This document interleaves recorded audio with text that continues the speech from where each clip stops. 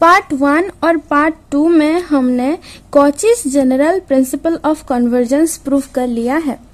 अगर आपको Cauchy's general principle of convergence के बारे में नहीं पता तो आप प्लीज पार्ट 1 और पार्ट 2 वीडियो देख लीजिएगा। उसमें मैंने एक्सप्लेन किया हुआ है वो थ्योरम और उसको प्रूव भी किया हुआ है।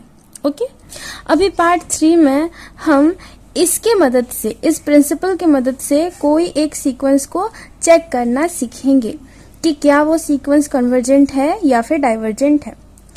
So we have considered the sequence Sn where Sn is equal to 1 plus 1 by 2 plus 1 by 3 up to 1 by n. And the sequence, this sequence Sn is not convergent. We know that the sequence is divergent. This is not convergent. Now how to check it? Let's see. Let the sequence Sn is convergent. Let हमारा ये जो sequence Sn है ये एक convergent sequence है। As the sequence is convergent, therefore by Cauchy's general principle or convergence, जो कि कहता है कि अगर हमारा कोई एक sequence convergent है, then for each epsilon greater than 0, there exists a m being a positive integer such that modulus of Sn plus p minus Sn is smaller than epsilon for all n greater than equal to m and p greater than equal to 1. ठीक है, और as we have assumed that the sequence Sn is convergent, therefore for this also, for this sequence Sn also, for each epsilon greater than 0, there exists a positive integer m such that we can write Sn plus p minus Sn का जो modulus है, it is smaller than epsilon for all n greater than equal to m and p greater than equal to 1. Okay, so for each epsilon greater than 0 there exist ऐसा एक m है ना, जिसके लिए हम ये लिख सकते हैं दिस कंडीशन। तो हम अगर एप्सिलॉन इक्वल टू 1/2 ले लेंगे तो एप्सिलॉन इक्वल टू 1/2 के लिए भी एक ऐसा m जरूर एग्जिस्ट करेगा जिसके लिए हम ये कह सके, है ना।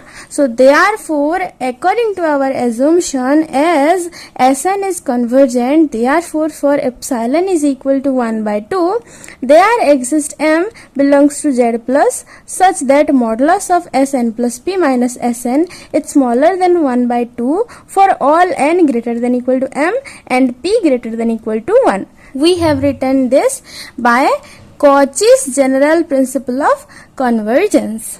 Now we can write this statement for all n greater than equal to m, यानी n equal to m के लिए भी हम ये लिख सकते हैं and p equal to m, है ना।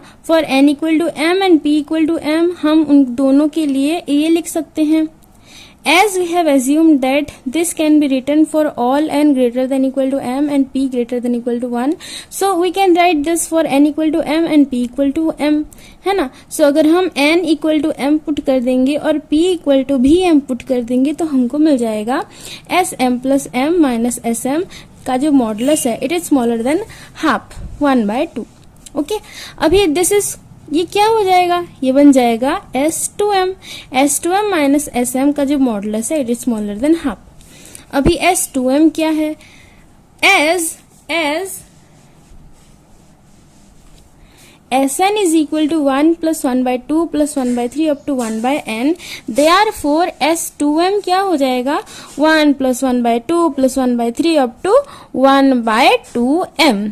ठीक है, और उसी तरह Sm बन जाएगा 1 plus 1/2 plus 1/3 up to 1/m, है ना। सो दिस क्वांटिटी माइनस ये कर देंगे तो हमको मिल जाएगा, ये सारे टर्म्स कैंसिल हो जाएंगे और सिर्फ बच जाएगा 1/m plus 1 plus 1/m plus 2 up to 1/2m।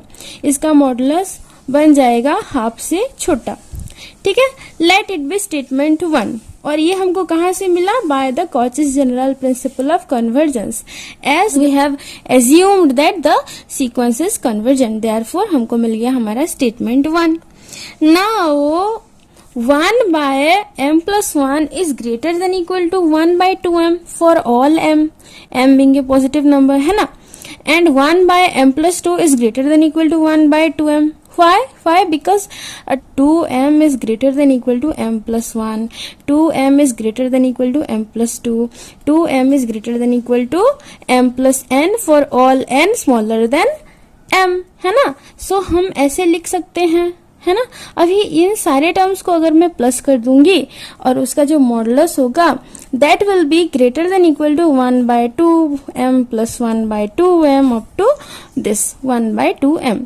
कितनी बार हमने लिखा, m टाइम्स लिखा हुआ है ना। So we got that this modulus it's greater than equal to 1/2m plus 1/2m up to 1/2m। ये कितनी बार हमने लिखा, m टाइम्स। ओके, सो ये बन जाएगा m/2m which is equal to 1/2। यानी कि हमको मिल गया कि modulus of 1/m plus 1 plus 1/m plus 2 up to 1/2m is greater than equal to 1/2। अभी ये स्टेटमेंट 2 और स्टेटमेंट 1 को ध्यान से देखिए।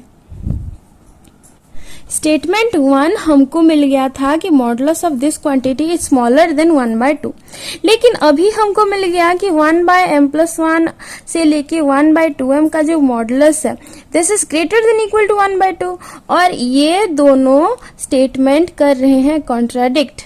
ठीक है, यानी हमको मिल गया कि statement 1 and statement 2 contradict each other, है ना।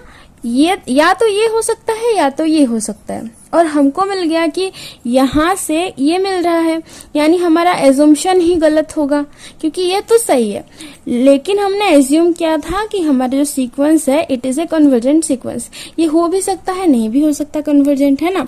तो ये जो स्टेटमेंट 1 है ये हो भी सकता है, नहीं भी हो सकता, लेकिन स्टेटमेंट 2 तो पक्का होगा ही।